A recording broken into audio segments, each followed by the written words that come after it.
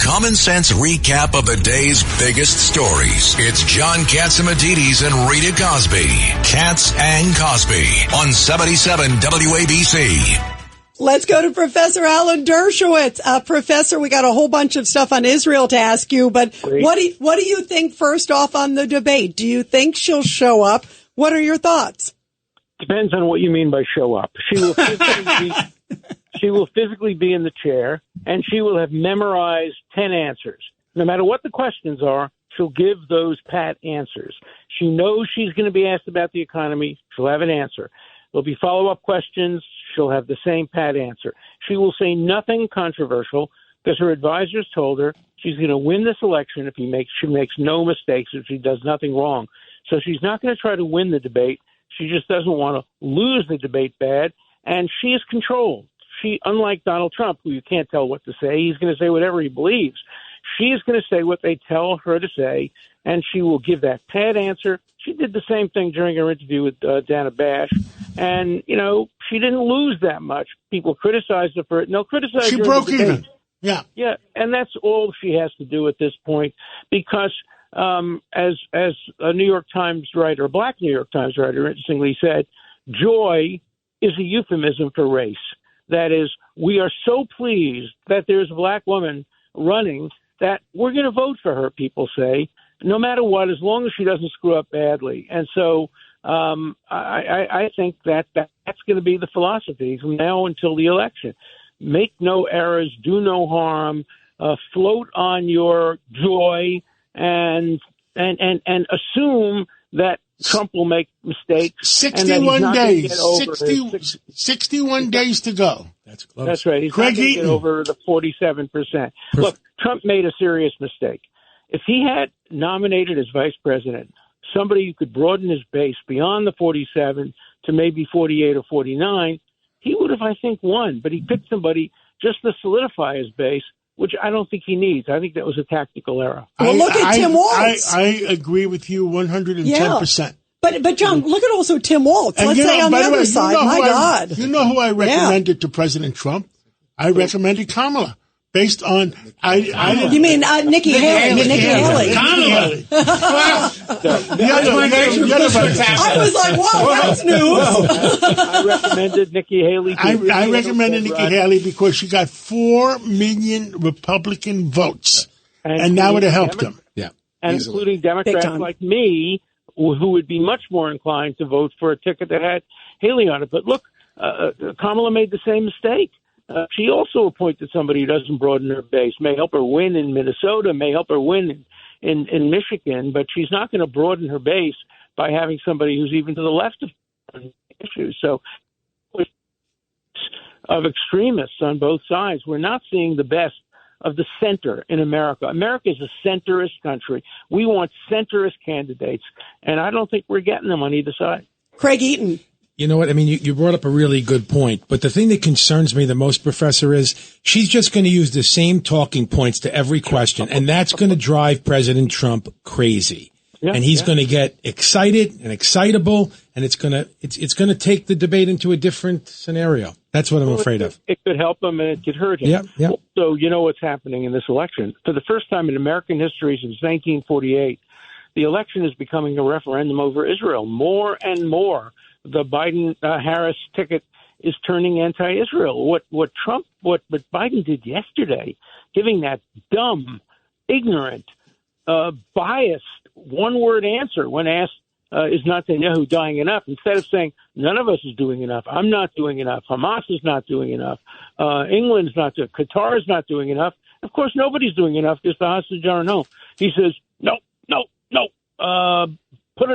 Essentially put the blame all on Netanyahu. And then he said these protesters, these thugs, these Nazi youth, they have good points. So it's becoming more of a referendum, and a lot of people who are Democrats are not going to be able to vote for the Harris ticket. And we'll see if that has any influence on the key states. You know, it may in Pennsylvania.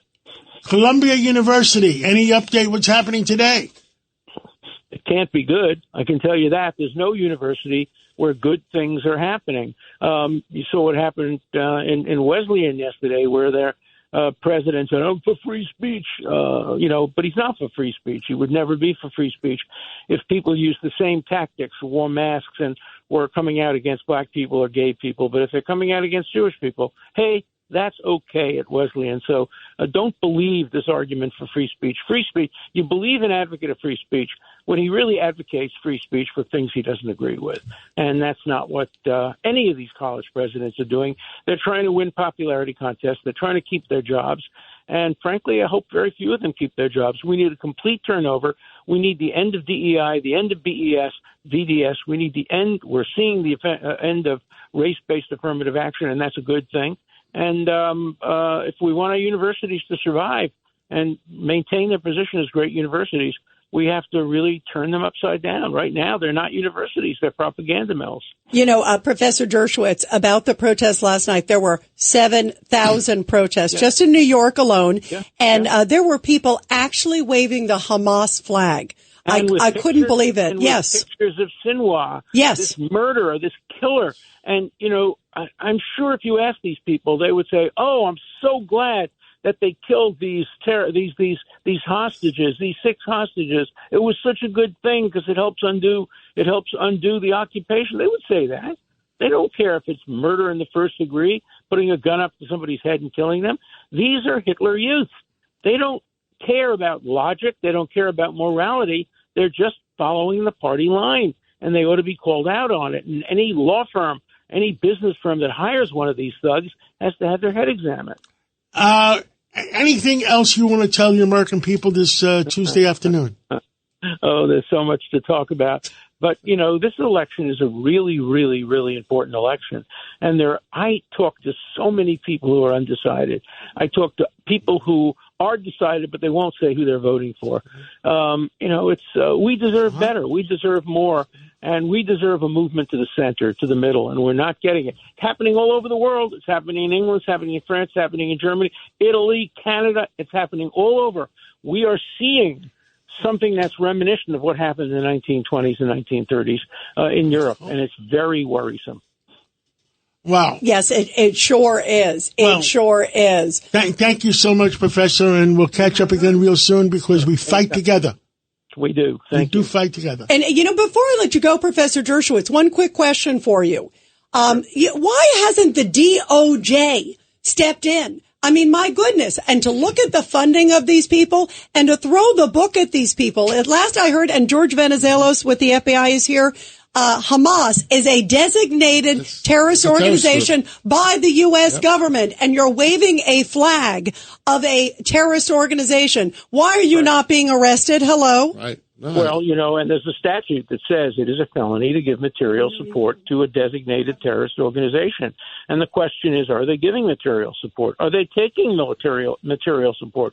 Are they getting funding from terrorist organizations, from a terrorist country like Iran? And I think the Justice Department has a proper role to play while preserving free speech and the right to demonstrate.